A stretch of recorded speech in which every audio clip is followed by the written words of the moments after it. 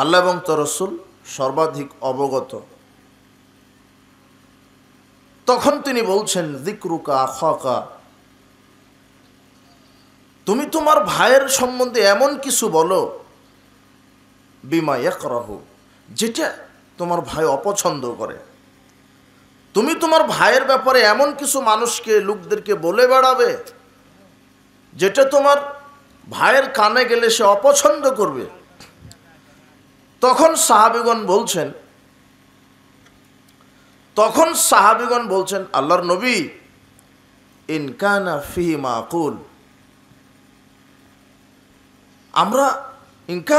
মাকুল, আমরা যেটা বলছি সেটা যদি তার ভিতরে থাকে তাহলে কি সেটা গীবত হবে? মনে করেন আমি আমার এক ভাই সম্পর্কে জানি ও জেনাকার, ওটাই তো আমি বলছি, ও মিথ্যুক, ও অমুক পাপী, এটাই তো আমি বলছি। ইন কানা ফি মাকুলু, আমি আমার ভাই সম্পর্কে যেটা বলছি সেটা যদি আমার ভাইয়ের মধ্যে থাকে তাহলে কি অপরাধ? সত্য বলেই তো বলছি। সাহাবীদের মধ্যে এই জ্ঞানটা ছিল না, রাসূল না বলা পর্যন্ত। সাহাবারাও মনে করতেন কি যে না, তো করেছে তাই বলছি। কথা বুঝেননি মনে হয়। আজকে এক সমাজে মানুষ এরকম বলে, আরে বাপু এটা বললে সমস্যা কি, ও তো জেনাকার, আমি বলবো না, ও চুরি করে, ও মদ পান করে, ও এই করে সেই করে, হ্যাঁ, ওর মেয়ে, ওর চরিত্র খারাপ, ওর মেয়ে খারাপ, ওর স্ত্রী খারাপ, ওর পরিবার খারাপ। আপনি এভাবে চা খাচ্ছেন আর জনগণকে বলে বেড়াচ্ছেন তার পাপের কথা। আর আপনাকে যখন বলা হচ্ছে এগুলি বলেন না, তখন আপনি দাম্ভিকতার সাথে বলছেন, আরে বলবো না মানে, ও সত্যই তো এগুলি করেছে।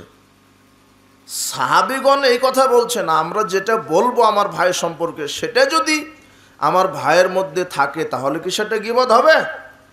রাসূল সাল্লাল্লাহু বলছেন, ইন কানা ফিহি মা তাকুলু, হ্যাঁ, তোমরা যেটা বলছো সেটা যদি তোমার ভাইয়ের মধ্যে থাকে, ফাকাদ ইফতাফতাহু, তাহলে ওটাই হলো গীবত। ওটাই কি গীবত। ওয়া লাম ইয়াকুনু ফি, আর যদি তার ভিতরে ওটা না থাকে, মা তাকুলু, অথচ তোমরা বলছো, তুমি এমন একটা ভাই সম্পর্কে বলছো জেনাকার, ও লম্পট, ও বদমাশ, ওর চরিত্র খারাপ, ওর স্ত্রী খারাপ, ওর মেয়ে খারাপ, এভাবে বলে বেড়াচ্ছ, অথচ তার ভিতরে এগুলো কিছুই নাই। ফাকাদ বাহাত্তাহু, রাসূল সাল্লাল্লাহু বলছেন, তখন তাহলে তুমি তাকে মিথ্যা অপবাদ দিলে। কি দিলে? অপবাদ। তাহলে সত্যটাই যদি হয়ে যায় তাহলে ওটা গীবত হয়ে গেল। আর আপনি যেটা আপনার ভাইয়ের সম্পর্কে বলে বেড়াচ্ছেন তার মানহানি করার জন্য, ওটা যদি তার ভিতরে না থাকে তাহলে মিথ্যা কি দিলেন? তার উপরে অপবাদ দিলেন। ইসলামে দুইটার শাস্তি আলাদা। গীবতের শাস্তি ওটা আল্লাহ দিবেন, আর অপবাদ যদি দেন তাহলে ইসলামী শরিয়া যদি থাকতো তাহলে আপনাকে ৮০ লাঠি পিটাতো। কত লাঠি? ৮০ লাঠি। তাহলে আপনি কি বুঝলেন হাদিস থেকে? অথচ আপনি আসরের সালাত আদায় করে চায়ের দোকানে গিয়ে অমুকের, আপনার প্রতিবেশীর ব্যাপারে আপনি কি খারাপ মন্তব্য করছেন। আপনি সালাত আদায় করেন, আপনি সিয়াম রাখেন, আপনি হজ করতে যান, কিন্তু আপনি কি জানেন আপনার ৫০-৬০ বছর সালাত সিয়াম, অথচ একদিনের গীবতের কারণে আপনাকে জাহান্নামে যাওয়া লাগতে পারে? আপনাকে এটা বুঝতে পেরেছেন কোনো দিন? এটা তো আপনি বুঝতে পারেননি। ওই হাদিসটা আপনি কিভাবে নেবেন? ওই হাদিসটা আবু হুরায়রা রাদিয়াল্লাহু আনহু বলছেন, আন্না রাজুলান ক্বালা রাসূলুল্লাহ সাল্লাল্লাহু আলাইহি ওয়াসাল্লাম, এক ব্যক্তি রাসূল সাল্লাল্লাহু আলাইহি ওয়াসাল্লামকে বললেন, ইয়া রাসূলুল্লাহ, ইন্না ফুলানাতা তুযকারু মিন কাসরাতি সালাতিহা ওয়া সিয়ামিহা ওয়া সাদাকাতিহা ওয়া যাকাতিহা। দেখেন, একজন ব্যক্তি রাসূল সাল্লাল্লাহু আলাইহি ওয়াসাল্লামের নিকটে এসে বলছেন, আল্লাহর নবী, আমি অমুক মহিলা সম্পর্কে জানি, অমুক মহিলা সম্পর্কে আমি জানি, খুব বেশি বেশি সালাত আদায় করে, খুব বেশি বেশি সিয়াম রাখে, খুব বেশি বেশি যাকাত দেয়, সাদাকাতিয়া, খুব বেশি বেশি দান সদকা করে। তবে আমি এটা সম্পর্কে জানি, গয়রান্নাহা তুজি জিরানাহা বিলিসানিহা, মহিলাটি এই জিহ্বা দিয়ে প্রতিবেশীকে কষ্ট দেয়। কি দিয়ে? জিহ্বা দিয়ে। জিহ্বা দিয়ে কিভাবে কষ্ট দেয়? প্রতিবেশীকে গালি দেয়, প্রতিবেশীর সাথে ঝগড়া করে, প্রতিবেশীকে অভিশাপ করে, প্রতিবেশীর ব্যাপারে মিথ্যা রটায়, প্রতিবেশীর কারো ব্যাপারে গীবাত করে, পরনিন্দা করে, কথা বুঝেননি? এই জিহ্বার পাপ, এগুলো জিহ্বার পাপ। জিহ্বার পাপ কি? মিথ্যা কথা বলা, অমুককে গালি দেওয়া, অমুকের সাথে ঝগড়া করা, অমুককে অভিসম্পাত করা, অমুকের ব্যাপারে গীবাত করা, মিথ্যা অপবাদ দেওয়া, এগুলোই তো জিহ্বার কাজ। পাপের মাধ্যম একটা, বলেন তো কি? জিহ্বা। আপনি কি এটা কোনোদিন লক্ষ্য করেছেন এই হাদিসে মহিলা কতখানি পরহেজগার? শুধু সালাত কেন, বেশি বেশি সালাত, মানে ফরজ তো আদায় করে করে, তাহাজ্জুদও পড়ে, কথা বুঝেছেন কি? রমাদানের সিয়াম তো রাখে, নফল সিয়ামও রাখে, ও শাবানের 6টা সিয়াম রাখে, আরাফার সিয়াম রাখে, আশুরের সিয়াম রাখে, মাসের প্রত্যেক আরবি মাসের 3টা আয়ামে বীজের সিয়াম রাখে, সাপ্তাহিক সোমবার বৃহস্পতিবারও সিয়াম রাখে। এত বড় পরহেজগার নারী, কাসরাতু সলাতিহা ওয়া সিয়ামিহা ওয়া সাদাকাতিহা, বেশি বেশি সলাত, বেশি বেশি সিয়াম, বেশি বেশি দান সদাকা। বেশি বেশি দান সদাকা মানে জাকাতের সময় তো জাকাত দেয়, মসজিদ, মাদ্রাসা, এতিমখানা, ফকির মিসকিন সবাইকে কি দেয়? দান করে। একজন সাহাবী রাসূল সাল্লাল্লাহু আলাইহি ওয়াসাল্লামের নিকটে এসে বলছেন, আল্লাহর নবী, আমি অমুক নারী, অমুক মহিলা সম্পর্কে জানি, যেই মহিলা বেশি বেশি কি আদায় করে? সালাত, বেশি বেশি সিয়াম, বেশি বেশি দান সদাকা। তবে আল্লাহর নবী, আমি এটাও জানি মহিলাটি এই জিহ্বা দ্বারা প্রতিবেশীকে কষ্ট দেয়। পাপের মাধ্যম শুধু একটাই, জিহ্বা। আর আমলগুলি দেখেন কত। তার মানে বিচার মাঠে পাপের ক্ষমতা বেশি হবে, কাবিরা গুনাহগার। আপনার সালাত, সিয়াম, হজ, যাকাত কোনো কাজে আসবে না যদি কিসের পাপ থাকে? রাসূল বলছেন, হিয়া ফিন্নার, ওই মহিলা কোথায় যাবে? জাহান্নাম। তো আপনি যে হাজী সাহেব, আপনি যে মাওলানা সাহেব, আপনি তাহাজ্জুদ পড়ে ফজরের সালাত আদায় করে সকালে হাঁটতে বের হয়েছেন, রাস্তায় এমন লোকের সাথে দেখা হলো, দেখার পরেই বলছেন অমুক লোক এরকম। ফজরের সালাত আদায় করে রাস্তায় বের হয়েছেন, তো আপনার কি হবে? রাসূল সাল্লাল্লাহু আলাইহি ওয়াসাল্লাম বলছেন, ওই মহিলা যতই সালাত আদায় করুক বেশি বেশি, যতই সিয়াম রাখুক, যতই বেশি বেশি দান সদকা করুক, যে গীবাত করবে, পরনিন্দা করবে, অভিশাপ করবে, ওর থাকার জায়গা কোথায়? জাহান্নাম। এটা হচ্ছে গীবাত। আপনি আপনার মুসলিম ভাই সম্পর্কে এটা বলতে পারেন না। আপনি জানেন লোকটা পাপী, লোকটার চরিত্র খারাপ, কিন্তু মানুষকে আপনি বলে বেড়াতে পারেন না তার মানহানি করার জন্য। বরং মুসলিমের এটা দায়িত্ব, আপনি যদি আপনার কোনো ভাইয়ের ব্যাপারে কোনো কিছু গোপন, কোনো পাপের কথা জানেন, সেটা গোপনে রাখা এবং পারলে তাকে একাকী নসিহা করা, কথা বুঝেছেন? যে ভাই, আপনার ব্যাপারে আমি তো এটা জেনেছি কোনোভাবেই, কিন্তু আমি মানুষকে বলতে চাচ্ছি না, আল্লাহকে ভয় করি, আপনি সংশোধন হন, আপনি মিথ্যা কথা বলেন না, আপনি জেনাকার জেনা করেন না, আপনার চরিত্র খারাপ, আপনি চরিত্রকে সংশোধন করেন, তাকে নসিহা করেন। আপনি এই গ্রামে ওই গ্রামে ওই লোক এই লোক এইভাবে বলে বেড়াতে তার পাপের ব্যাপারে পারেন না। বরং রাসূল সাল্লাল্লাহু আলাইহি ওয়াসাল্লাম বলছেন, মান সাতারা মুসলিমান সাতারাল্লাহু ফিদ দুনিয়া ওয়াল আখিরা।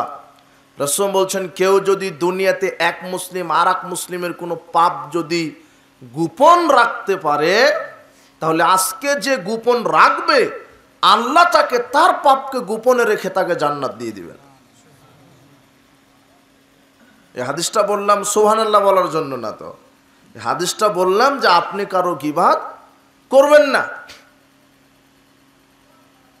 অথচ আপনার নেচার যে অমুকের ব্যাপারে কথা আর একজনকে না বললে কি আপনি শান্তি পান না। এই জন্য গীবতের মতো এই ভয়াবহ পাপ। আপনি চিন্তা করেছেন ওই নারীটার এত নেকির কাজ, এত নেকি, তার সালাতের নেকি, সিয়ামের নেকি, দানের নেকি, কিন্তু পাপ কয়টা? একটাই, জিহ্বার পাপ।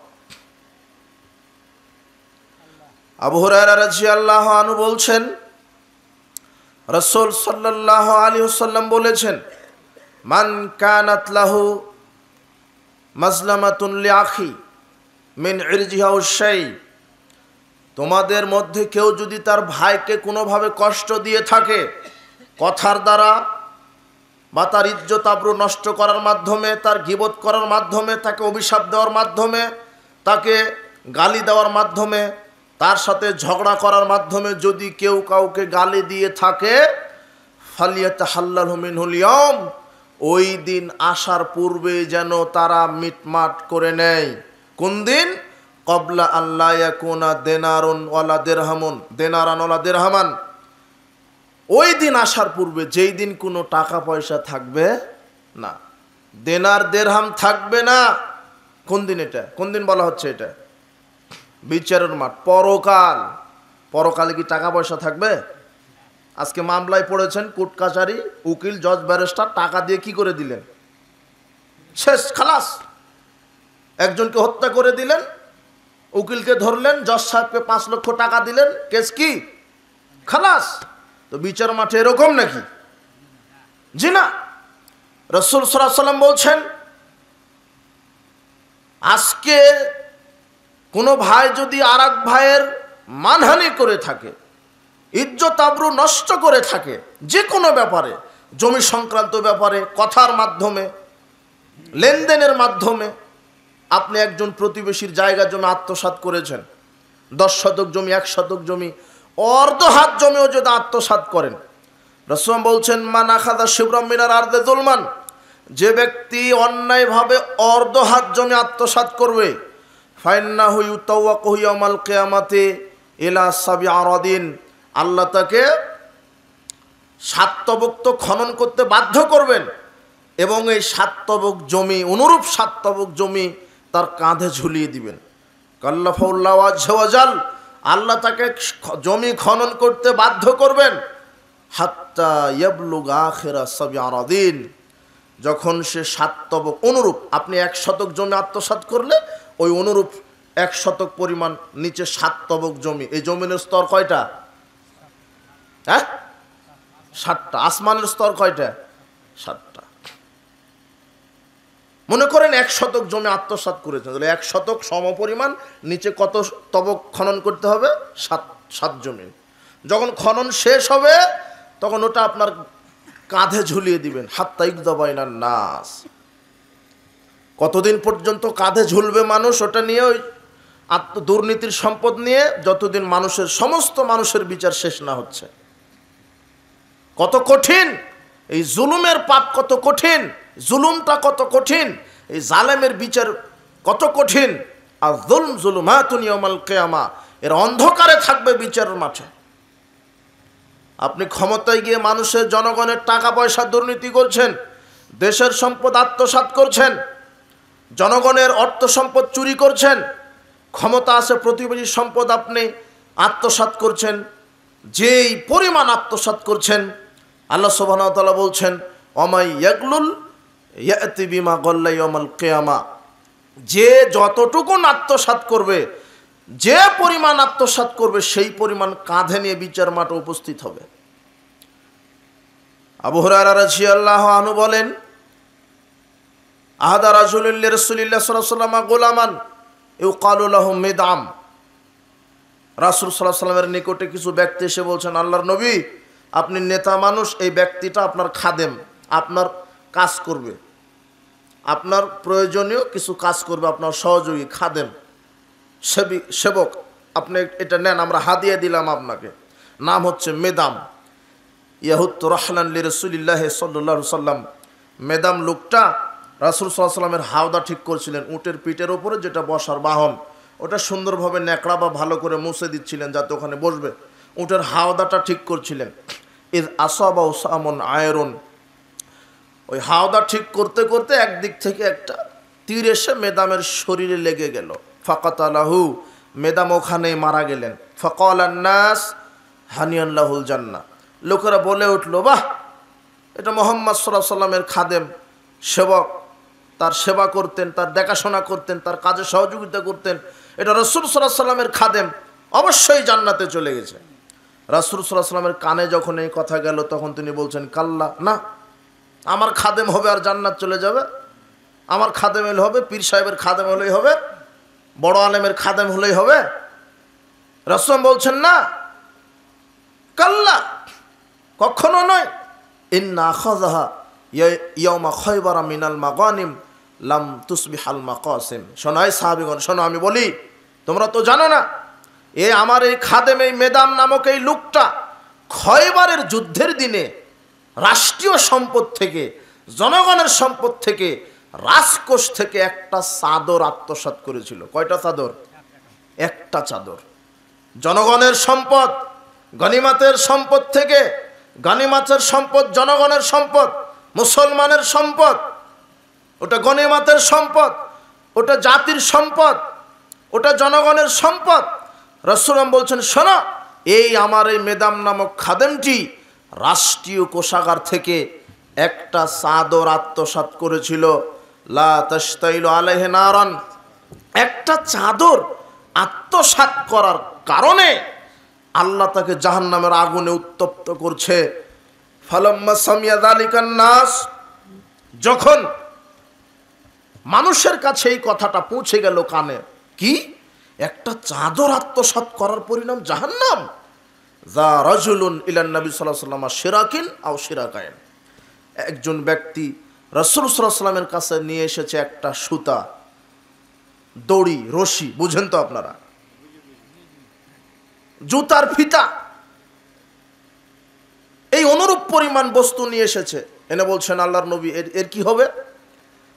তখন রাসূল সাল্লাল্লাহু আলাইহি ওয়াসাল্লাম বলছেন, শোনো, শিরাকুম মিন নার আও শিরাকান মিন নার, একটা জুতার ফিতা চুরি করো অথবা দুইটা জুতার ফিতা চুরি করো, তার পরিণাম হবে জাহান্নাম। একটা রশি, একটা দড়ি, একটা জুতার ফিতা চুরি করার পরিণাম যদি জাহান্নাম হয়, তাহলে এই দেশের নেতা নেত্রীর বিচার মাঠে কি হবে? মাদ্রাসার প্রিন্সিপালের কি হবে? মসজিদের ক্যাশিয়ারের কি হবে? এমপি, মন্ত্রী, মেম্বার, চেয়ারম্যান, মিনিস্টার, এদের কি হবে? মসজিদের ক্যাশিয়ার জনগণের টাকা থেকে 1 টাকা যদি মেরে খায়, জান্নাত হবে না। কথা বুঝেননি মনে হয় আমার।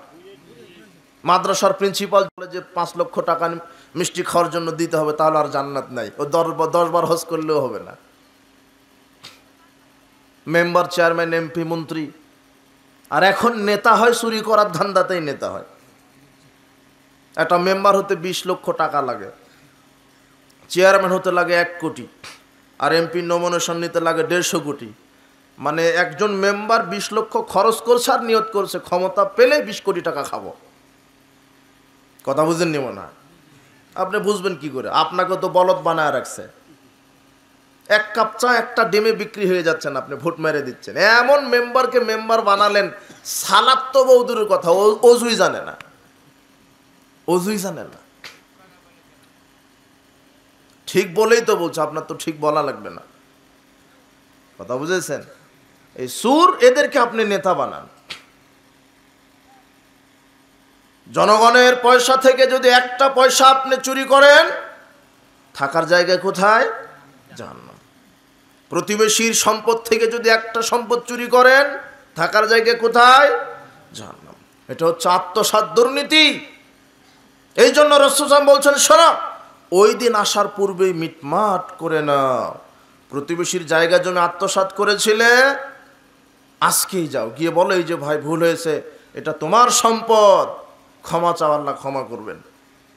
মেম্বার সাহেব বলবে, আমার ইউনিয়নের লোক শোনো, সরকার থেকে আমি 20 কোটি টাকা পেয়েছিলাম, 5 কোটি খেয়েছি, 15 কোটি রাস্তা করে দিয়েছি, কিন্তু এই যে 5 কোটি খেয়েছিলাম, এই 5 কোটিও তোমাদেরকে ফেরত দিলাম। ফেরত দেওয়ার পরে ক্ষমা চাইলে আল্লাহ কি করবেন? ক্ষমা করবেন। কিন্তু ফেরত না দিলে ক্ষমা হবে না। এটা দুর্নীতির পাপ, এটা চুরির পাপ। এমপি সাহেব, তার জনগণের কাছে অর্থ সম্পদ ফেরত দিতে হবে। মন্ত্রী সাহেব, অর্থ সম্পদ ফেরত দিতে হবে। আপনি প্রতিবেশীর কোনো খালাতো ভাই, মামাতো ভাই, চাচাতো ভাই, যারই হোক, প্রতিবেশীর বাপ চাচা জমি জায়গা আত্মসাৎ করেছিলেন, আজকে ফেরত দিতে হবে। তাহলে আল্লাহ কি করে দিবেন? আপনার পাপ ক্ষমা করে দিবেন। আর যদি ফেরত না দেন, তাহলে কালো পাথরে চুমা দিয়েও কি হবে না। কথা বুঝেননি মনে হয় আমার। হজ করে কি করবেন? আপনি তো টাটকা দুর্নীতিবাজ। আর হজ করে এখন এই দুর্নীতিবাজেরা, এরাই হজের সংখ্যা বেশি, এদের জনগণের টাকা চুরি করে করে যায়। এই হারাম খুরদেরই জায়নামাজ আগে, মসজিদের প্রথম কাতারে এদেরই জায়নামাজ আগে থাকে। এই জন্য সাবধান। ওই দিন আসার পূর্বে কি করে নেবেন? মিটমাট করে নেবেন, সংশোধন হয়ে যাবে। যেই দিন কোনো টাকা পয়সা থাকবে না, রাসূল সাল্লাল্লাহু আলাইহি ওয়াসাল্লাম বলছেন, ইন কানা লাহু আমালুন সালেহ, যদি আজকে মিটমাট না করেন তাহলে কি হবে? আপনার যদি কোনো সৎ আমল থাকে, উখিযা মিনহু বিকদরি মাজলিমাতিহি, যেই পরিমাণ জুলুম করেছিলেন দুনিয়াতে ওই পরিমাণ নেকি তাকে দিয়ে দিতে হবে। কথা কি বুঝতে পারলেন? হ্যাঁ, আজকে দুনিয়াতে যেই পরিমাণ আপনার কোনো ভাইয়ের সাথে জুলুম করেছেন ওই পরিমাণ নেকি বিচার মাঠে কি তাকে দিয়ে দিতে হবে। সেদিন তো টাকা পয়সা নেই, সেদিন ক্ষমতা নেই। একচ্ছত্র ক্ষমতা কার হাতে? আল্লাহর হাতে। আর যদি আপনার নেকি না থাকে, একটাও নেকি নাই, লাম ইয়াকুন আমালুন সালেহ, যদি আপনার একটা নেকির কাজ না থাকে, উখিযা মিন সাইয়্যাতি সাহিবি ফাহুমিল আলাইহি, যাকে আপনি অত্যাচার করেছেন, যেই পরিমাণ অত্যাচার করেছেন ওই পরিমাণ তার পাপ আপনাকে বহন করতে হবে। কথা কি বুঝতে পারলেন আমার? আবু হুরায়রা রাদিয়াল্লাহু আনহু বলেন, রাসূল সাল্লাল্লাহু আলাইহি ওয়াসাল্লাম সাহাবীদেরকে বললেন, আতাদরুনা মাল মুফলিস, এই সাহাবীগণ, একেবারে অসহায় নিঃস্ব ব্যক্তি সম্পর্কে কি তোমাদের ধারণা আছে? একেবারে অসহায় নিঃস্ব ব্যক্তি সম্পর্কে কি তোমাদের ধারণা আছে? তো সাহাবীগণ যতটুক জানে ততটুক বললেন যে ফিনা মাল্লা দিরহামাল্লা মাতা, আমরা তো জানি নিঃস্ব একেবারে ফকির নিঃস্ব ব্যক্তি ওই ব্যক্তি যার উপকারী কোনো বস্তু নেই, কোনো টাকা পয়সা নেই, এই তো ফকির, এই তো নিঃস্ব, আমরা জানি। তো রাসূল সাল্লাল্লাহু আলাইহি ওয়াসাল্লাম বলছেন, না, ইন্নাল মুফলিসা মিন উম্মতি, আমার উম্মতের মধ্যে ওই ব্যক্তি নিঃস্ব, ইয়াতি ইয়াউমাল কিয়ামাতি বিসসালাতিন ওয়া সিয়ামিন ওয়া যাকাতিন, যে ব্যক্তি বিচার মাঠে উপস্থিত হবে অনেক সালাতের নেকি নিয়ে, সিয়ামের নেকি নিয়ে, হজের নেকি নিয়ে, যাকাতের নেকি নিয়ে উপস্থিত হবে, ওয়া ইয়াতি কাদ শাতামা হাযা ওয়া কাযাফা হাযা ওয়া কালা মালা হাযা ওয়া সাফাকা দামা হাযা ওয়া দারাবা হাযা। রাসূল সাল্লাল্লাহু বলছেন, শুধু কি তাই? একদিকে তার সালাতের নেকি, সিয়ামের নেকি, হজের নেকি, যাকাতের নেকি নিয়ে উপস্থিত হবে, আর একদিকে ওই ব্যক্তিটা কাউকে গালি দেওয়ার পাপ, কারো গীবত করার পাপ, কাউকে তহমত অপবাদ দেওয়ার পাপ, কারো সম্পদ মেরে খাওয়ার পাপ, কাউকে অন্যায়ভাবে চড়থাপ্পড় মেরেছিল, লাঠি দিয়ে মেরেছিল তার পাপ, কারো রক্তপাত ঘটেছিল, এই পাপও নিয়ে উপস্থিত হবে। একদিকে সালাত সিয়ামের নেকি, আর একদিকে কিসের পাপ? গীবতের পাপ, পরনিন্দার পাপ, মানুষের ইজ্জত আবরু মান সম্মান হানি করার পাপ, অবৈধভাবে দুর্নীতি করেছিলেন, মানুষের জায়গা জমি খেয়েছিলেন, সেগুলির পাপ। পাপও নিয়ে উপস্থিত হবেন, সালাত সিয়ামের নেকি নিয়েও উপস্থিত হবেন। এখন বাদীকে, আপনি হলেন বিবাদী, আর একজন বাদী ওখানে চলে আসবে। বাদী এসে বলবে, আল্লাহ এই লোকটা আমাকে গালি দিত, আমার প্রতিবেশী ছিল, এই যে এই লোকটা আমাকে গালি দিত, আল্লাহ এই লোকটা আমাকে মিথ্যা অপবাদ দিয়েছে, আল্লাহ এই যে প্রতিবেশী আমার সম্পদ অন্যায়ভাবে দুর্নীতি করেছে, আল্লাহ এই যে প্রতিবেশী, এই যে অমুক লোক, আমারই রাষ্ট্রের লোক, একসাথেই থেকেছি, আল্লাহ এই লোকটা আমাকে অন্যায়ভাবে চড়থাপ্পড় মেরেছিল, আমার অন্যায়ভাবে রক্তপাত ঘটিয়েছিল। এভাবে বাদী আল্লাহর কাছে কি দিবে? বিচার দিবে। তখন আল্লাহ বলবেন, ঠিক আছে, তো এই পরিমাণ চড় মেরেছিলে, ফায়ুতা হাযা মিন হাসানাতিহি ওয়া হাযা মিন হাসানাতিহি, যেই পরিমাণ সম্পদ আপনি দুর্নীতি করেছিলেন ওই পরিমাণ নেকি তাকে কি করে দিতে হবে? দিয়ে দিতে হবে। যেই পরিমাণ তাকে গালি দিয়েছিলেন, যেই পরিমাণ অপবাদ দিয়েছিলেন, যেই পরিমাণ রক্ত ঝরিয়েছিলেন ওই পরিমাণ নেকি তাকে দিয়ে দিতে হবে। এইভাবে সালাতের নেকি থেকে দিবেন, সিয়ামের নেকি থেকে দিয়ে দিতে হবে, দান সদকার নেকি থেকে দিয়ে দিতে হবে। নেকি দিতে দিতে এখনো বিবাদীর পাপ বিবাদীর এখনো অন্যায়টা মিটেনি, তখন কি করবে? ফাইন ফানিয়াত হাসানাতু ক্বাবলা ইকদাম আলাইহি, এইভাবে সালাত সিয়াম হজ যাকাতের নেকি দিয়ে বিবাদীর মামলাটা পরিশোধ করতে করতে এক সময় আপনার নেকি কি হয়ে যাবে? শেষ শেষ। কিন্তু এখনো বিবাদী পাবে, এখনো শেষ হয়নি। তখন কি করবে? ওখেযা মিন খতায়াহুম, তখন যেই পরিমাণ গালি তাকে দিয়েছিলেন ওই পরিমাণ তার পাপ আপনাকে ঘাড়ে আল্লাহ দিয়ে দিবে। ওই পাপ আপনাকে বোঝা বহন করতে হবে। সুম্মা তুরহা আলাইহি, আপনার উপর ওটা দিবেন। ফাতুরহা ফিন্নার, এরপরে আপনাকে ওর পাপ বহন করে কোথায় যেতে হবে? জাহান্নাম। তো লাভটা হলো কি? আপনি কিন্তু সিয়ামের, সালাতের, যাকাতের নেকি নিয়েই বিচার মাঠে গেছিলেন, কথা বুঝেছেন? কিন্তু জান্নাত হলো না কেন? এই যে মানুষের হক নষ্ট করেছেন, আত্মসাৎ করেছেন, অন্যায়ভাবে জায়গা জমি চুরি করেছেন, মানুষকে গালি দিয়েছেন, অপবাদ দিয়েছেন, তহমত দিয়েছেন, এই পাপগুলি পরিশোধ করতে আপনার সালাত সিয়ামের নেকি শেষ। বিবাদীর পাপ ঘাড়ে নিয়ে আপনাকে অবশেষে জাহান্নামে চলে যেতে হবে। তাই আমার উপস্থিত মুসলিম দিনী ভাই বোনেরা, আপনাদেরকে বলছি, ওই দিন আসার পূর্বেই মানুষের হক যার যতটুকুন মেরে খেয়েছেন আদায় করেন, ক্ষমা চান, ফিরে আসেন।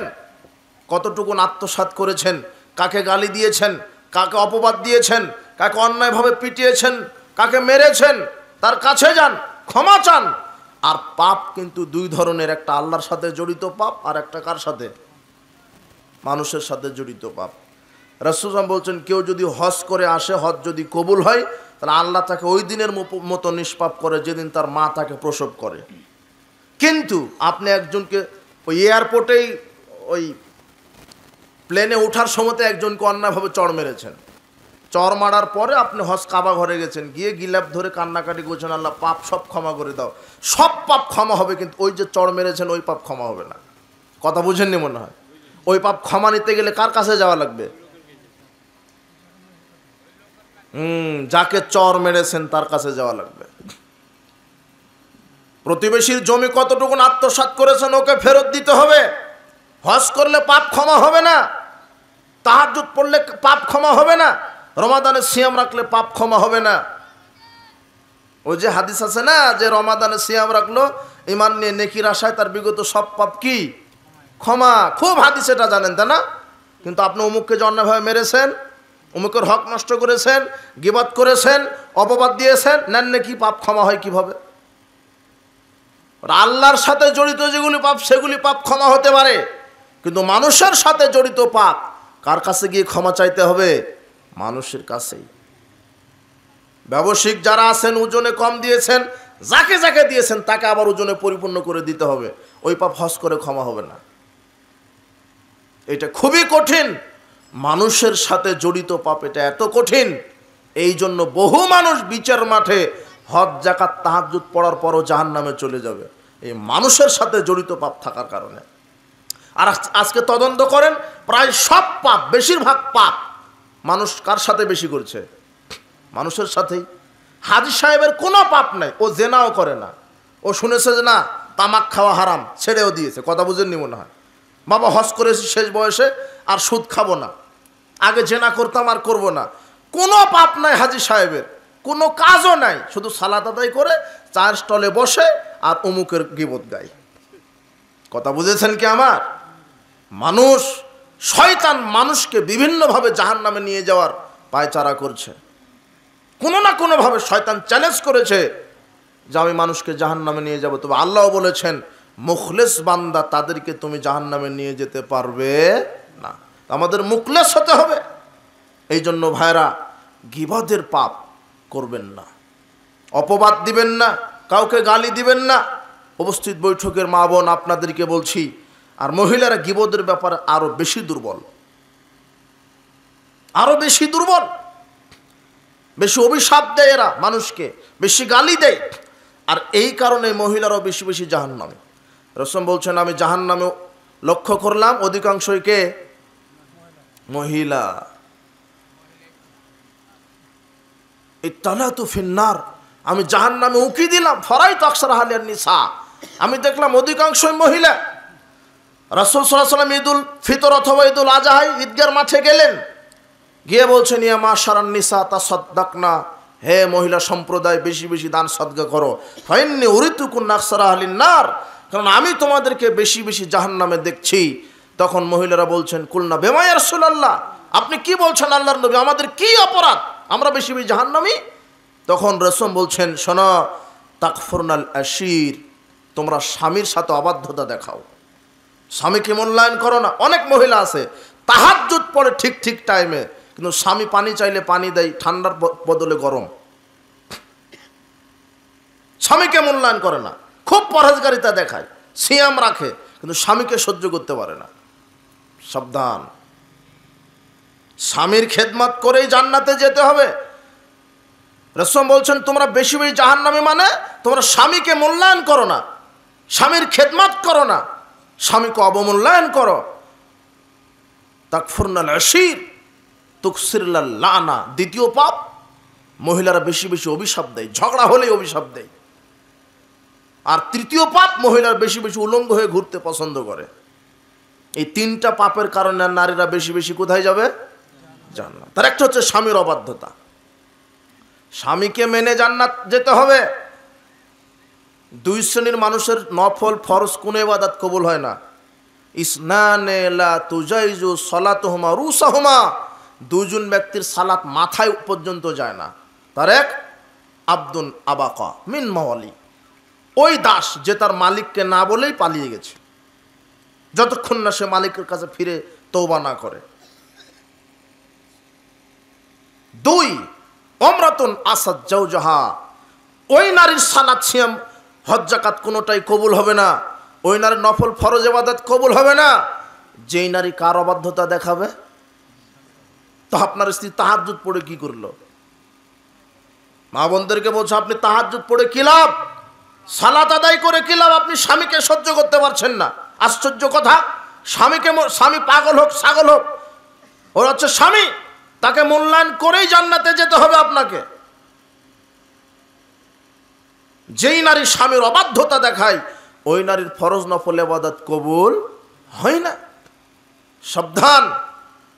রাসূলের কাছে একজন মহিলা আসলেন, আসার সাথে সাথে বলছেন আজাউজি আজাউজানাংতি, তোমার কি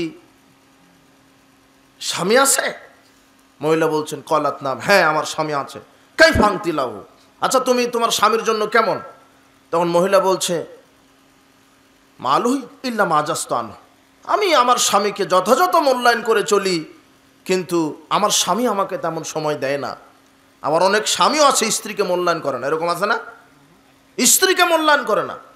আমি এখানে এক পক্ষ ভাবে বক্তব্য দিব এটা নয়, যেমনি স্বামীর হক স্ত্রীর উপরে আছে, ঠিক স্ত্রীর হক একজন স্বামীর উপরেও আছে। শুধু আপনি খেদমত চাইবেন কিন্তু স্ত্রীর খেদমত করবেন না। তবে ওই নারীটা বলছেন আল্লাহ রসুল, আমি ভালোই খেদমত করি, কোনো কমতি নেই, কিন্তু আমার স্বামী আমাকে সময় দেয় না, পরামর্শ করে না, আমাকে মূল্যায়ন করে না, একটু কমতি কমতি আমি খেদমত পাই। তখন রাসূল সাল্লাল্লাহু আলাইহি ওয়াসাল্লাম বলছেন ফাংজুরি আইনাংতি মিনহু, ধৈর্য ধারণ করো, তুমি তোমার স্বামীকে ছাড়া কোথায় যাবে? ফাইন্নামা হু জান্নাতুকা নারুক, স্বামী তোমার জান্নাত জাহান্নামের কারণ। একজন মহিলার জান্নাত জাহান্নামের কারণ কে? স্বামী। স্বামীকে খেদমত করেই জান্নাত, স্বামীকে খেদমত করেই জান্নাত। রাসূল বলছেন লাউ কুনতু উমিরতু, আমি যদি কাউকে সেজদা করার নির্দেশ দিতাম, লাউ কুনতু উমিরা আহাদান আইয়াসজুদা লিআহাদিন লামারতুল মারআতান তাসজুদা লিজাওজিহা, আমি যদি কাউকে পুরুষ মানুষ হয়ে মানুষকে সেজদা করার জন্য বলতাম, তাহলে নারীদেরকে বলতাম তারা যেন তার স্বামীকে কি দেয়? সেজদা দেয়। স্বামীর মর্যাদা কত বেশি। রাসূল সাল্লাল্লাহু আলাইহি ওয়াসাল্লাম বলছেন, শোনো সাহাবীগণ, আলা উখবিরুকুম মিন আহলিল জান্নাহ, আমি কি তোমাদেরকে জান্নাতবাসী সম্পর্কে খবর দিব না? সাহাবীগণ, আমি কি তোমাদেরকে জান্নাতবাসী সম্পর্কে খবর দিব না? সাহাবীগণ বলছেন, জি বলেন। কুলনা বালা ইয়া রাসূলুল্লাহ, আপনি বলেন জান্নাতবাসী কারা? তখন তিনি বলতে লাগলেন, শোনো, আমি বলি, আন-নাবিয়্যু ফিল জান্নাহ, যারা নবীগণ তারা জান্নাতি। ওয়াস-সিদ্দীক ফিল জান্নাহ, যারা সত্যবাদী তারা জান্নাতি। ওয়াশ-শাহীদু ফিল জান্নাহ, যারা শহীদ তারা জান্নাতি। ওয়া মাওলুদুন ফিল জান্নাহ, যারা নবজাতক শিশু ছোট্ট অবস্থায় মারা গেছে তারা জান্নাতি। এইভাবে বলতে বলতে তিনি বলছেন, শোনো সাহাবীগণ, ওয়া নিসাউকুম মিন আহলিল জান্নাতিল ওয়াদুদুল আউদুল মাওলুদু আলা জাওজিহা, ওই নারীরাও বেশি বেশি জান্নাতি যেই নারী স্বামীকে শান্তি, তৃপ্তি, ভালোবাসা দিতে পারে আর বেশি বেশি বাচ্চা প্রসব করতে পারে, এই নারীরাও বেশি বেশি জান্নাতি। কয়টা গুণ পাওয়া গেল নারীর? দুইটা। আমার কথা বুঝেন আপনারা? ওই নারীরাও বেশি বেশি জান্নাতি যেই নারীর স্বামীকে তৃপ্তি, ভালোবাসা, শান্তি দিতে পারে আর যেই নারী বেশি বেশি কি দিতে পারে? বাচ্চা দিতে পারে। দেখেন, মা বোনদেরকে বলছে এই দুটা বৈশিষ্ট্য আছে কিনা। স্বামীকে শান্তি, তৃপ্তি দিতে হবে, স্বামীকে মূল্যায়ন করতে হবে, স্বামীর জন্য সেজে গুজে থাকতে হবে। এই হাদিসটা কবে আমরা আপনাদেরকে বোঝাবো? আপনার স্ত্রী আপনার সামনে যখন আসে মনে হয় যে মুচি ম্যাথরের মতো চেহারা, আর যখন ওই তার দেওরের সাথে ঘুরছে বা তার ওই পাড়া প্রতিবেশীর কোনো চাচা খালুর সাথে বা বাইরে গেছে, মার্কেটে গেছে বা বিবাহের অনুষ্ঠানে গেছে, তখন কিভাবে ডানা কাটা পরি। কথা বুঝেননি মনে হয় আমার কথা কি বুঝতে পারেন? অথচ শরীয়ত বলছে যে ডানা কাটা পরির মতো সেজে থাকতে হবে। কার সামনে? স্বামীর সামনে। অথচ স্বামীর সামনে যেভাবে আছে মনে হচ্ছে মুচি মেথর। অবাক কথা। এত কষ্ট করে স্বর্ণের কি বানিয়ে দিলেন, চুড়ি বানিয়ে, নাকফুল, কানের দুল বানিয়ে দিলেন, পরে না। ওই যে 5 বছর পরে কার বিয়ের দাওয়াত পাবে সেখানে পড়ে চলে গেছে। কথা বুঝেছেন কি আমার কথা? স্ত্রীকে স্বামীর জন্য সেজে গুজে থাকতে হবে, এটা শরীয়ত।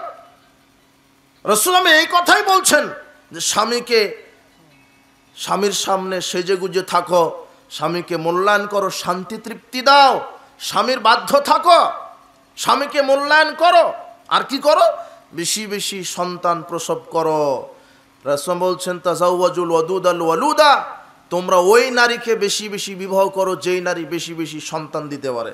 ফাইন্নী মুকাথিরুম বিকুমুল উমামা, কেন আমি মুহাম্মদ সাল্লাল্লাহু আলাইহি ওয়াসাল্লাম বিচারের মাঠে গর্ব করব যে আমার উম্মতের সংখ্যা সবচেয়ে বেশি, বিচারের মাঠেও বেশি, জান্নাতিও বেশি। সুবহানাল্লাহ। তা আপনি বুঝবেন কি করে? রাসূল সাল্লাল্লাহু বললেন যে যেই নারী বেশি বেশি সন্তান দিতে পারে ওই নারীকে বিবাহ করো। তা আপনি তো বিবাহই করলেন না, বুঝবেন কি করে? কথা বুঝেন আমার? তার মানে রাসূল শরীয়ত বলেছে নারীকে বিবাহ করলে তার বংশ দেখা লাগবে। কি দেখা লাগবে? বংশ। তার মায়ের দিকে দেখো, তার খালা, তার ফুপু। তার মায়ের যদি 10টা বাচ্চা থাকে তাহলে যাকে বিবাহ করতে চাচ্ছেন এরও 10টা বাচ্চা হবে ইনশাআল্লাহ। এটা বংশ দেখতে হবে। কিন্তু আপনি যাকে বিবাহ করেছেন ও সর্বোচ্চ 2টে, একটা দেওয়ার পরে বলছে আর পারবো না। ও যে মাস্টার ডিগ্রি পাস, কথা বুঝেননি মনে হয়। আবার শয়তান বলছে কি যে 2টার বেশি নয়, একটা হলেই ভালো হয়। আশ্চর্য কথা। সন্তান বেশি নিলে দুনিয়াতেও লাভ, পরকালেও লাভ। দুনিয়াতে কি লাভ? শক্তি, নেকি, সব দিকেই, অর্থ, সম্পদ। আপনার যদি 10টা সন্তান হয় তাহলে আপনার শক্তি বেশি হবে না? হবে?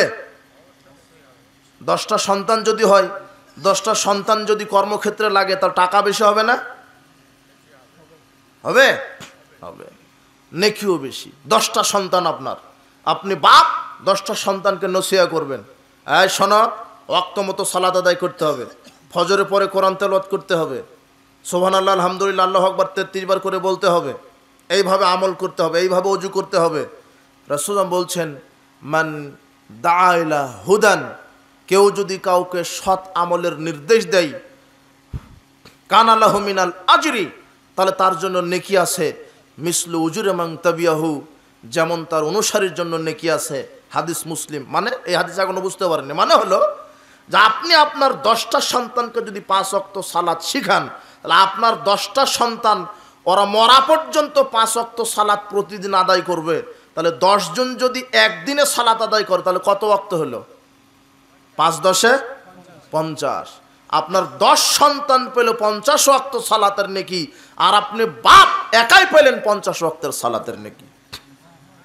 তো নেকিও বেশি, শক্তিও বেশি, অর্থ সম্পদও বেশি, টাকাও বেশি। 3 জন বিদেশ থাকবে, 3 জন ভালো বড় অফিসার হবে, 2 জন রিক্সা চালাবে, সবাই তো আর এক সমান হবে না। কথা বুঝেননি মনে হয়? টাকাও বেশি, সম্পদও বেশি, নেকিও বেশি।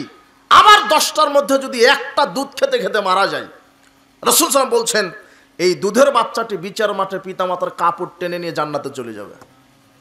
তা আপনি নিয়েছেন একটা, তাও পঙ্গু, চোখে কম দেখে, খোঁড়ায় খোঁড়ায় হাঁটে। আবার নিয়ত করছেন যে কে বড় হলেই ডাকাত বানাবো। আশ্চর্য কথা।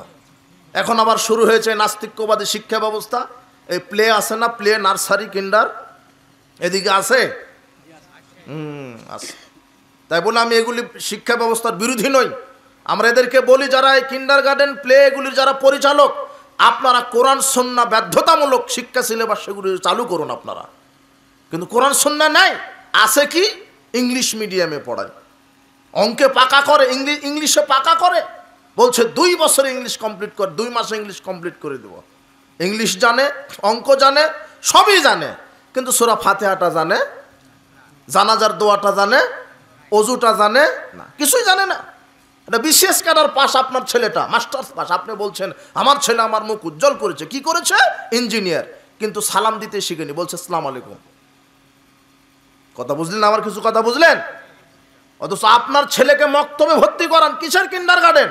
যেখানে কোরআন সুন্নাহর সিলেবাস নাই সেখানে আপনার ছেলেকে পড়াবেন কেন?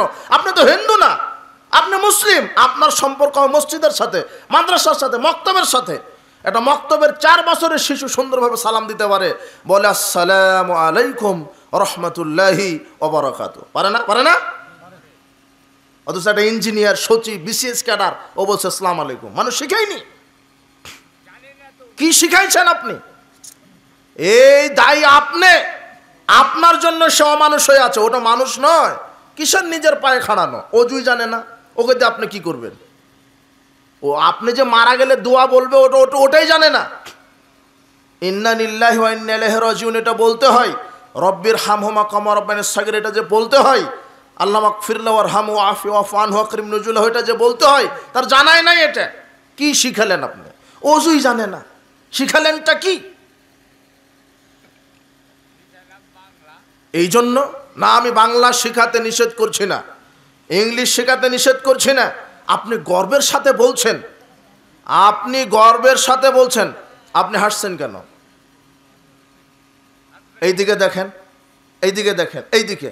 আর কেউ কোনো কথা একটু আপনি বোঝার চেষ্টা করেন।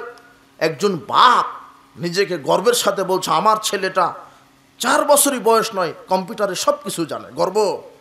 আমার মেয়েটা 5 বছর বয়স হয়নি, মোবাইলের সব ফাংশন জানা আছে, সব জানে, সব শিখায় আছে, কিন্তু শিখায়নি শুধু অজু কিভাবে করা লাগে, ফাতিহা কিভাবে পড়তে হয়, সালাত কিভাবে পড়তে হয়।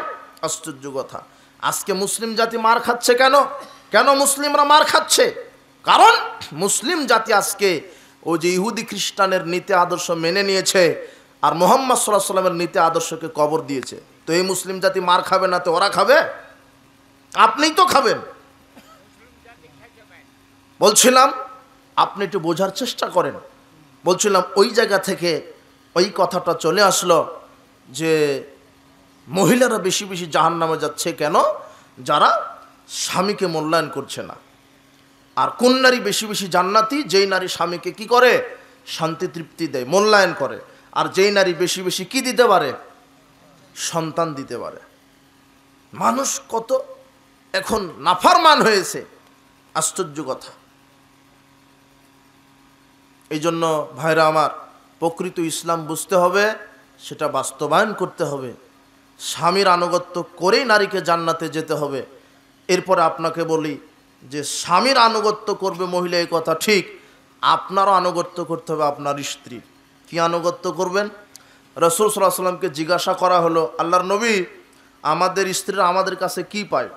মা হাক্কু যাওজাতি আহাদিনা আলাইহি, আমাদের কাছে আমাদের স্ত্রীর হক কি? তখন তিনি বললেন, আং তুতইমাহা ইযা তুইমতা, তুমি যেটা খাবে সেটাই খাওয়াও। ওয়া তাকসুহা ওয়া যাকতাসাইতা, যেটা পরবে সেটা পরাও। ওয়ালা তুকাব্বিহ, স্ত্রীকে গালি দিবে না। ওয়ালা তাজরিবিল ওয়াদহা, মুখের উপরে মারধর করবে না। ওয়ালা তাহজুরিল্লা ফিল বাইত, নিজের বাড়ি ছাড়া কোথাও যেতে দিবে না। এগুলি করেন? আপনি করেন? আলহামদুলিল্লাহ, এটা হক। আর কি করবে শোনেন, রাসূল সাল্লাল্লাহু আলাইহি ওয়াসাল্লাম সাহাবীদেরকে বাইরে পায়চারি করতে দেখলে বলতেন, ইরজিউ ইলা আহলিকুম, এই তোমরা যাও, বাড়িতে যাও, বেশি পাই, এত রাস্তাঘাটে ঘোরা লাগে কেন? রাসূল সাল্লাল্লাহু আলাইহি ওয়াসাল্লাম বলতেন, ইরজিউ ইলা আহলিকুম, ফিরে যাও, বাড়িতে যাও, তোমাদের স্ত্রীর নিকটে থাকো। ফাকিমু ফিহিম, স্ত্রীকে বেশি বেশি সময় দাও। অমরুহুম, তাদেরকে কোরআন সুন্নাহ থেকে নির্দেশ দাও। ওয়াল্লিমুহুম, তাদেরকে শিষ্টাচার, আদব কায়দা, কোরআন সুন্নাহর জ্ঞান শিক্ষা দাও। এভাবে রাসূল সাল্লাল্লাহু আলাইহি ওয়াসাল্লাম সাহাবীদেরকে বলতেন। সাহাবীগণ স্ত্রীর কাছে বেশি বেশি থাকতেন, তাদেরকে বুদ্ধি পরামর্শ দিতেন। এই জন্য স্ত্রীর সাথে পরামর্শ করবেন, তাদের সাথে খেলতামাশা করবেন, হাসি ঠাট্টা করবেন, সময় দিবেন, সাংসারিক কাজে সহযোগিতা করবেন। রাসূল সাল্লাল্লাহু আলাইহি ওয়াসাল্লাম এত বড় ব্যক্তি, তিনি নবী, তিনি রাসূল, তিনি রাষ্ট্রের প্রধান, এরপরও স্ত্রীকে সময় দিয়েছেন। কিভাবে জানেন? আয়েশা রাদিয়াল্লাহু তাআলা বলছেন, কানা ফি মেহনাতি আহলি ইয়ানি খিদমাত আহলি, রাসূল সাল্লাল্লাহু আলাইহি ওয়াসাল্লাম আমাদের পরিবারে, আমাদের সংসারে সাহায্য করতেন, সহযোগিতা করতেন, পরিবারের সহযোগিতা করতেন, জুতায় তালি লাগাতেন, বকরির দুধ দহন করতেন, সাধারণ মানুষের মতো আমাদের স্ত্রীদেরকে সহযোগিতা করতেন, রান্নার কাজে সহযোগিতা করতেন। যখন আজান হয়ে যেত তখন সালাতের জন্য কোথায় চলে যেতেন? মসজিদ। আর আপনি যান কোথায়? বাজারে, তাই না? অনেক ডিফার আছে। আপনার রাসূল সাল্লাল্লাহু আলাইহি ওয়াসাল্লাম আদর্শ আপনার ভিতরে নেই। স্ত্রীকে মূল্যায়ন করেন, স্ত্রীকে সময় দেন, তার সংসারের কাজে সহযোগিতা করেন। খৈরুকুম মিন আহলি, রাসূল বলছেন তোমাদের মধ্যে ওই ব্যক্তি উত্তম যে ব্যক্তি তার স্ত্রীর নিকটে উত্তম। সুবহানাল্লাহ। এবং বিচার মাঠে আল্লাহ সাক্ষ্য নেবেন স্ত্রীর কাছ থেকে যে তোমার স্বামী কেমন। স্ত্রী যদি বলে ভালো তাহলে জান্নাত হবে, আবার স্বামীর কাছ থেকে সার্টিফিকেট নেবেন স্ত্রী কেমন। স্বামী যদি বলে ভালো তাহলে জান্নাত হবে। কথা মনে হয় বুঝাতে পারিনি। এটা স্বামী স্ত্রীর ব্যাপারে কথাটা এভাবে চলে আসলো, আসলে কথা এরকম নয়, বা এটা বলতেও চাইনি। বলছিলাম যে ওই নারীর কথা বলতে গিয়েই, যে যেই নারীটা বেশি বেশি সালাত সিয়াম আদায় করার পরও এই গিবাদের পাপ থাকার কারণে কোথায় গেল? তাহলে সাবধান, গিবাত করা যাবে না, পরনিন্দা করা যাবে না, মানুষকে গালি দেওয়া যাবে না, ঝগড়া করা যাবে না। আবু হুরায়রা রাদিয়াল্লাহু আনহু বলছেন, রাসূল সাল্লাল্লাহু আলাইহি ওয়াসাল্লাম বলেছেন, তাজিদুনা শাররান নাসে ইয়াউমাল কিয়ামাতি জাল ওয়াজহাইনে। শোনো সাহাবীগণ, বিচার মাঠে সবচেয়ে নিকৃষ্ট ব্যক্তি হিসেবে তোমরা ওই ব্যক্তিকে দেখতে পাবে যেই ব্যক্তিটার দুইটা মুখ। কয়টা মুখ? দুই মুখ মানে মুনাফিকি আচরণ করে।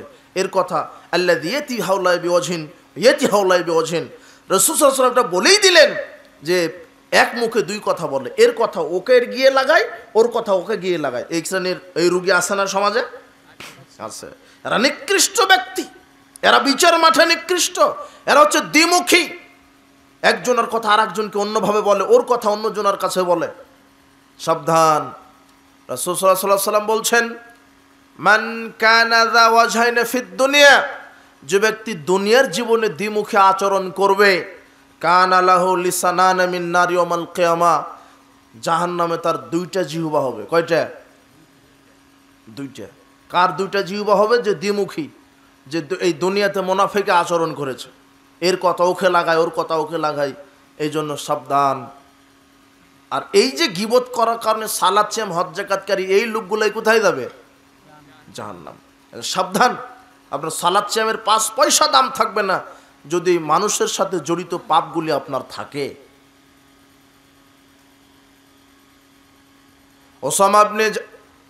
ওসামা ইবনে ওবাদা ইবনে সামিত রাদিয়াল্লাহু আনহু তিনি বলছেন, রাসূল সাল্লাল্লাহু আলাইহি সাল্লাম বলছেন, মানুষের জিহ্বাটা যে কত বিপজ্জনক, মানুষের এই জিহ্বাটা যে কত বিপজ্জনক। রাসূল বলছেন, এই শোনো সাহাবীগণ, ইযমানু লি সিত্তাম মিন আনফুসিকুম আজমানু লাকুমুল জান্নাহ। 6টা বিষয় আমাকে জামানত দাও, আমি তোমাদেরকে তোমাদের ব্যাপারে জান্নাতে আমি জামিন হব। তো 6টা বিষয় কি? তিনি বলছেন, উসদুকু ইযা হাদ্দাসতুম, কথা বললে কি বলতে হবে? সত্য কথা বলা। কি কথা বলা? সত্য কথা। ওয়াউফু ইযা আদতুম, ওয়াদা করলে পালন করা। ওয়াদু ইযা আতুমিনতুম, 3 নম্বর, আমানত রাখলে সেটা খেয়ানত করা যাবে না। কথাটাও আমানত। একজন আপনাকে বলতে পারে, ভাই এই গোপন কথাটা আপনাকে জানালাম সাক্ষ্য হিসাবে, আপনি যেন কাউকে বলেন না। গোপন কথা আপনাকে বলে, কথাটাও আমানত, আপনি সেটা বলে দিলেন, তাহলে আপনি আমানতের খেয়ানত করলেন।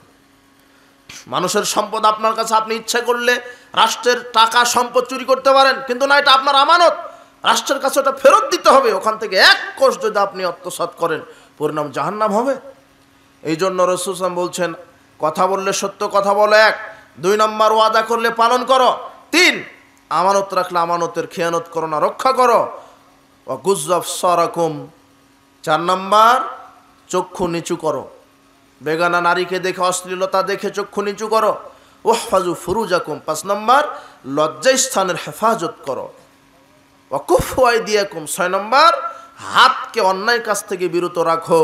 এই 6টা যদি আমাকে ওয়াদা দিতে পারো, আমি তোমাদেরকে জান্নাতের ওয়াদা দিলাম। সুবহানাল্লাহ। তাহলে সাবধান।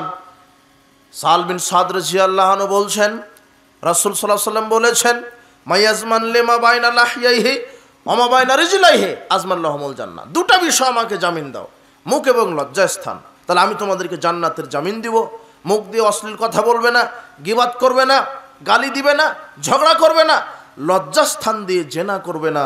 রাসূল সাল্লাল্লাহু আলাইহি ওয়াসাল্লাম একদা সাহাবীদেরকে বলছেন, এই সাহাবারা, আতাদরুনা মাকসারু মাইদখিলুন নাসান নার, তোমরা কি বলতে পারবে কোন 2টা বিষয় মানুষকে বেশি বেশি জাহান্নামে নিয়ে যাবে? তোমরা কি বলতে পারো কোন 2টা বিষয় বেশি বেশি জাহান্নামে নিয়ে যাবে মানুষকে? তখন তিনি বললেন, শোনো, আল ফাম ওয়াল ফারজ, মুখ এবং লজ্জাস্থান। কোন 2টা কারণে মানুষ বেশি বেশি জাহান্নামে যাবে বলেন? মুখ এবং লজ্জাস্থান। এই মুখের মাধ্যমে মানুষ পাপ কাজ করে, কাবিরা গুনাহ করে, মিথ্যা কথা বলে, গালি দেয়, ঝগড়া করে, অভিশাপ করে। রাসূল সাল্লাল্লাহু আলাইহি ওয়াসাল্লামকে এক ব্যক্তি জিজ্ঞাসা করলেন, আল্লাহর নবী, আমার ওপরে আমার যে বডিটা, এর মধ্যে সবচেয়ে বিপজ্জনক বস্তু আমার জন্য কোন বস্তু? রাসূল সাল্লাল্লাহু আলাইহি ওয়াসাল্লাম নিজের জিহ্বাটা ধরে বলছেন, এই জিহ্বাটা সবচেয়ে বিপজ্জনক তোমার জন্য, সবচেয়ে বিপজ্জনক জিহ্বা। এই জিহ্বা দিয়ে মানুষ সত্য ঘটনা মিথ্যা উপস্থাপনা করে, সাক্ষী দেয় মিথ্যা, নিরপরাধ লোক 5 বছর 10 বছর ধরে জেলখানায় ধুকে ধুকে মরছে, কোন সাক্ষীর কারণে? মিথ্যা সাক্ষীর কারণে। এই জন্য সাবধান ভাইরা, এই জিহ্বার পাপ থেকে বিরত থাকেন। গীবাত, পরনিন্দা, হটকারিতা। মানুষ হয়ে দুনিয়াতে বাঁচার চেষ্টা করেন, মানুষ, প্রকৃত মানুষ, মানুষ হয়ে। রাসূল সাল্লাল্লাহু আলাইহি সাল্লামকে জিজ্ঞাসা করা হলো, কি জিজ্ঞাসা করা হলো? আইয়ুন নাস আফদাল, সর্বশ্রেষ্ঠ ব্যক্তিকে, সর্বশ্রেষ্ঠ মানুষকে। দেখেন, সর্বশ্রেষ্ঠ ইবাদত গুজারকে এটা বলা হলো না। খুব সংক্ষেপ, আমি শেষ করে দেবো, একটু মনোযোগী হওয়ার চেষ্টা করেন। সমাজে আপনাকে মানুষ হয়ে বেঁচে থাকতে হবে, মানুষ হয়ে বেঁচে থাকতে হবে। রাসূল সাল্লাল্লাহু আলাইহি ওয়াসাল্লামকে জিজ্ঞাসা করা হলো না যে সর্বোত্তম আমলদার কে ব্যক্তি, কোন ব্যক্তি বেশি আমলদার। রাসূল সাল্লাল্লাহু আলাইহি ওয়াসাল্লামকে জিজ্ঞাসা করা হলো মানুষকে, শ্রেষ্ঠ মানুষকে। তখন তিনি বললেন, কুল্লু মাখমুমিল কলব ও সাদুকিল লিসান, প্রত্যেক নিষ্কলুষ অন্তর এবং সত্যভাষী মানুষ, তারা হচ্ছে প্রকৃত মানুষ। সাহাবীগণ বলছেন, আল্লাহর নবী, সত্য কথা বলতে হবে এটা আমরা জানি, কিন্তু নিষ্কলুষ, এই যে মাখমুমিল কলব শব্দটা আপনি বললেন, এটা ফামা নারিফু, আমরা এটা বুঝতে পারলাম না। আপনি বলেন যে মাখমুমিল কলবটা কি? তখন তিনি বললেন, শোনো, মাখমুমুল কলব হচ্ছে 2টা জিনিস যে অন্তরে থাকবে আর 4টা জিনিস যে অন্তরে থাকবে না। 1 আত্তাকিউ নাকিউ, কারো অন্তরে যদি আল্লাহ ভীরুতা থাকে, পরহেজগারিতা থাকে, এটা 1 নম্বর। আর 2 স্বচ্ছতা থাকবে, কোনো বক্রতা থাকবে না। কোনো উল্টাপাল্টা থাকবে না। আল্লাহ ভীরুতা যে অন্তরে আছে, 2 স্বচ্ছতা, সহজ সরল, বিনম্র, বিনয়ী, সলিল, ভদ্র, নরম, শান্ত, বিনয়ী, দুর্বল, এই শ্রেণীর মানুষ হচ্ছে শ্রেষ্ঠ মানুষ। আর 4টে জিনিস যে অন্তরে থাকবে না, লা ইসমা ফিহি, যে অন্তরে পাপ থাকবে না। যে অন্তরে কি থাকবে না? পাপ থাকবে না। ওয়ালা বাগিয়া, যে অন্তরে সীমা লঙ্ঘন থাকবে না। ওয়ালা গিল্লা, যে অন্তরে আত্মসাৎ থাকবে না। ওয়ালা হাসাদা, 4 নম্বর, যে অন্তরে হিংসা থাকবে না। কি থাকবে না বলেন? হিংসা।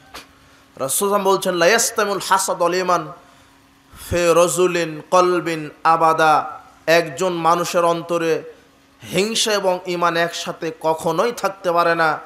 যার অন্তরে হিংসা আছে তার অন্তরে কি নাই? আর যার অন্তরে ঈমান আছে তার অন্তরে কি নাই? হিংসা নাই। তাহলে আপনি কোথায় যাবেন? অথবা সালাত সিয়াম সবই আদায় করেন, কিন্তু আপনার পরশ্রী কাতরতা রোগ আছে, হিংসা আছে। হিংসা মানে বুঝেন? অন্যের ভালো দেখে জ্বালা পোড়া হওয়া। অন্যের ভালো আপনার সহ্য হয় না, অন্যকে আপনার সহ্য হয় না। আর অহংকার কি? আর একটা হাদিস আছে না, ওই ব্যক্তি জান্নাতে যাবে না যার অন্তরে কি পরিমাণ অহংকার থাকলে? বলেন, জানেন না হাদিস? হ্যাঁ, অনুপরিমাণ, বিন্দু পরিমাণ অহংকার যদি করে। তো অহংকার কি? রাসূল বলছেন আল কিবর বাতারুল হক ওয়া গামতুন নাস, অহংকার হচ্ছে সত্যকে দাম্ভিকতার সাথে পরিত্যাগ করা। আজকে মানুষ, আপনি জানছেন সত্য, নিজের দলকে টিকানোর জন্য, বাপ দাদার ঐতিহ্যকে টিকানোর জন্য আপনি ওই নীতিতেই আছেন, অথচ আপনি জানছেন সত্য।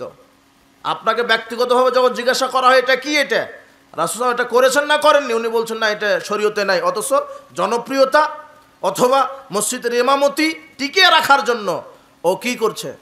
কোরআন সুন্নাহর বিপরীত আমল করছে। ও জানে ও বাপ দাদার দোহাই দিয়ে ধর্মকে টিকানোর চেষ্টা করছে, কিন্তু ইসলাম কি বাপ দাদার দোহাই দিয়ে চলবে না কোরআন, স্রেফ কোরআন হাদিস? কোনটা? কোরআন আর হাদিস। কিসের বড় আলেম, মুফতি, কিসের গাজী, কিসের পীর? একজন মানুষের তরিকায় ইসলাম চলবে, যে ব্যক্তিটার নাম কি? মুহাম্মদ সাল্লাল্লাহু আলাইহি সাল্লাম। বাস, এটা হলে সব খালাস হয়ে যেত। আজকে কি কত কি চলে এসেছে ইসলামের ভিতরে, আশ্চর্য কথা। এই অহংকার হচ্ছে দাম্ভিকতার সাথে সত্যকে পরিত্যাগ করা। আর আরেকটা কি? গমতুন নাস, মানুষকে অবজ্ঞা করা, মানুষকে হেয় তুচ্ছ প্রতিপন্ন মনে করা, মানুষকে মানুষ মনে না করা। এই জন্য ভাইয়েরা, এই অহংকার এবং হিংসা যেন অন্তরে না থাকে। মানুষের কলব হচ্ছে 3 ধরনের। বলেন তো কয় ধরনের? 3। এক অন্তর বা কলব হচ্ছে একটাই, কিন্তু তার চরিত্রের কারণে কোরআন, ইসলাম, শরীয়ত 3টা প্রকার করেছে মানুষের অন্তরকে। কয়টা অন্তর, কয় প্রকারের অন্তর আছে মানুষের ভিতরে? 3 প্রকারের। এক, কলবুন সালিম, নিরাপদময়, প্রশান্তিময়, নিরাপদ অন্তর। নিরাপদ অন্তরে কি কি থাকে? নিরাপদ অন্তরে থাকে বিনয়ী, নম্রতা, ভদ্রতা, শিষ্টাচার, শালীনতা, সালাত, সিয়াম, হজ, জাকাত, দান সদকা, কোরআন তেলাওয়াত, এগুলি থাকে এই নিরাপদ অন্তরে। কোন অন্তরে? বলেন, নিরাপদ অন্তরে কি থাকে? সালাত, সিয়াম, হজ, জাকাত, তাসবিহ তাহলিল, কোরআন তেলাওয়াত, বিনয়ী, নম্রতা, শিষ্টাচার, ভদ্রতা, শালীনতা, নাই পরায়ণতা, সত্যবাদিতা, আমানতদারিতা, এগুলি থাকে কি? এই কলবুন সালিম, প্রশান্তি, নিরাপদ অন্তরে। 2 নম্বর অন্তর আছে কলবুন সাকিম, অসুস্থ অন্তর। কি অন্তর? অসুস্থ। অসুস্থ অন্তরে কি থাকে? অন্যায়, জুলুম, হিংসা, লোভ, অহংকার, হঠকারিতা, জেদ, এগুলি থাকে। সুদ, ঘুষ, হারাম, এগুলি থাকে অসুস্থ অন্তরে। কথা বুঝেছেন কি আমার? আর সর্বশেষ অন্তর আর একটা প্রকার, মৃত অন্তর। মৃত, মৃত, মরা। এই মরা অন্তরের লোকগুলি, এরা দেখেও না দেখার ভান করে, শুনেও না শোনার ভান করে, বুঝেও না বোঝার ভান করে। এরা হলো কি? মরা ব্যক্তি। এরকম বেকুব, এক শ্রেণীর ইতর, এক শ্রেণীর গাধা মার্কা লোক সমাজে বসবাস করে, যারা বুঝেও বুঝে না, জেনেও জানার অজানার ভান করে, যারা দেখেও না দেখার ভান করে, যারা শোনেও না শোনার ভান করে, এরা হচ্ছে মরা ব্যক্তি। আর এই লোকের সংখ্যা বেশি। দুইটা অন্তর নিয়ে মানুষ ঘুরে বেশি সমাজে। একটা হচ্ছে অসুস্থ অন্তর, আর একটা মরা অন্তর। এই লোভ, হিংসা, অহংকার, হটকারিতা, এগুলির লোক সংখ্যা বেশি না? কথা বুঝেছেন? আল্লাহ বলছেন কোরআনে, লাহুম কুলুবুল লা ইয়াফকাহুনা বিহা, যাদেরকে অন্তর দিয়েছি বোঝার জন্য বুঝে না, বুঝেও বোঝার চেষ্টা করে না। চোখ দিয়েছি দেখার জন্য, দেখেও না দেখার ভান করে। অন্তর দিয়েছি বোঝার জন্যে, বোঝে না। কান দিয়েছি শোনার জন্য, শোনে না। এরা হচ্ছে কি? উলাইকা কাল আনআম, যারা মরা অন্তরের লোক, আল্লাহ এদেরকে বলছেন এরা হলো চতুষ্পদ জানোয়ার। এরা কি? বালহুম আদাল, বরং জানোয়ারের চাইতে কি খারাপ, জানোয়ারের চাইতে নিকৃষ্ট। তাহলে মানুষকে আল্লাহ জানোয়ারের চাইতে কি বললেন? এটা আরাফের 179 আয়াত। কোন মানুষ? যেই মানুষটা বোঝো না বোঝার ভান করে। আচ্ছা, আপনার সামনে যদি 2 গ্লাস শরবত দেওয়া হয়, 1 গ্লাস আছে গরুর দুধ আর 1 গ্লাস আছে ওই গরুরই পেশাব, মত, বুঝেন কি? আপনি খাবেন কোনটা? দুটাই শরবত স্পেশাল, একটা দুধের আর একটা কি পেশাবের। কোনটা খাবেন? হ্যাঁ, কেন খাওয়া যাবে না? মানে আপনি বুঝতে পেরেছেন যে এটা কি, এটা অপবিত্র খাবার, মানে বিবেক আছে আপনার। কথা বুঝেননি মনে হয়। আপনি বাজারে গেছেন, পোকা কাটা বেগুন আর ভালো বেগুন, কোনটা কিনবেন আপনি? বাজারে গেছেন, একটা হচ্ছে পচা মাছ, একটা তাজা মাছ, কোনটা কিনবেন? হ্যাঁ, এটা হচ্ছে আপনার বিবেক, আপনি বুঝেন এগুলা। কথা বুঝেননি মনে হয়। ঠিক আল্লাহ সুবহানাহু ওয়া তাআলা এটাই বোঝাচ্ছেন যে আমি পৃথিবীতে হারামও দিয়েছি, হালালও দিয়েছি, ভালো দিয়েছি, মন্দও দিয়েছি। কিন্তু কি জন্য বলেন? আপনাকে পরীক্ষা করার জন্য, পরীক্ষা করার জন্য। কিন্তু আপনি বুঝেও বুঝতে চান না। এই যে সুদ, এটা হালাল না হারাম? তারপরেও খান না? ঘুষ, এই যে মদ, মাদক, এই মাদক এটা কি? এই যে ইয়াবা, ফেনসিডিল, গাঁজা, তারি, এই যে বিড়ি, সিগারেট, জর্দা আছে না? জর্দাখুর আছে, হুজুরে জর্দা খায়, হুজুর। এরা হচ্ছে মরা অন্তরের লোক, এরা হচ্ছে মরা অন্তরের লোক। এইদিকে শোনেন, এইদিকে আমি শেষ করে দিব। আমি বুঝাই, আমি আপনাকে বুঝাই, আমি আপনাকে বুঝাই যারা এদের অন্তরটা কত মরা দেখেন।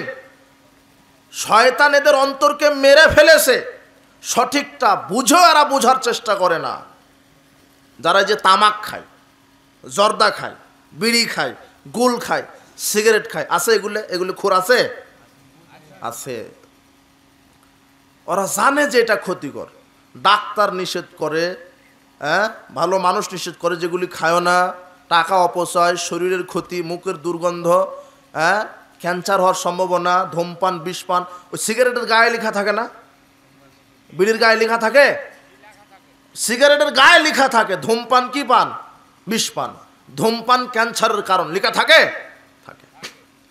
এই যে দেখেন, এই বিড়ি খুঁড়ে, সিগারেট খুঁড়ে, গুল খুঁড়, এত গাধার গাধা, এর অন্তরটা এত মরা, এর অন্তরে শয়তান পেশাব করে দিয়েছে। আপনি বাজারে গেছেন, বলবেন যে ভাই 1 প্যাকেট দুধের প্যাকেট দেন।